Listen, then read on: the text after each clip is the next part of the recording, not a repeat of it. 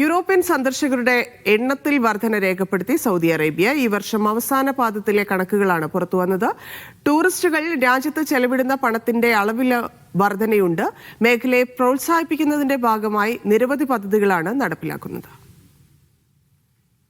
സൗദിയുടെ വിനോദ മേഖല ആസ്വദിക്കാൻ യൂറോപ്പിൽ നിന്നടക്കമുള്ള സഞ്ചാരികൾ രാജ്യത്തേക്ക് ഒഴുകുകയാണ്.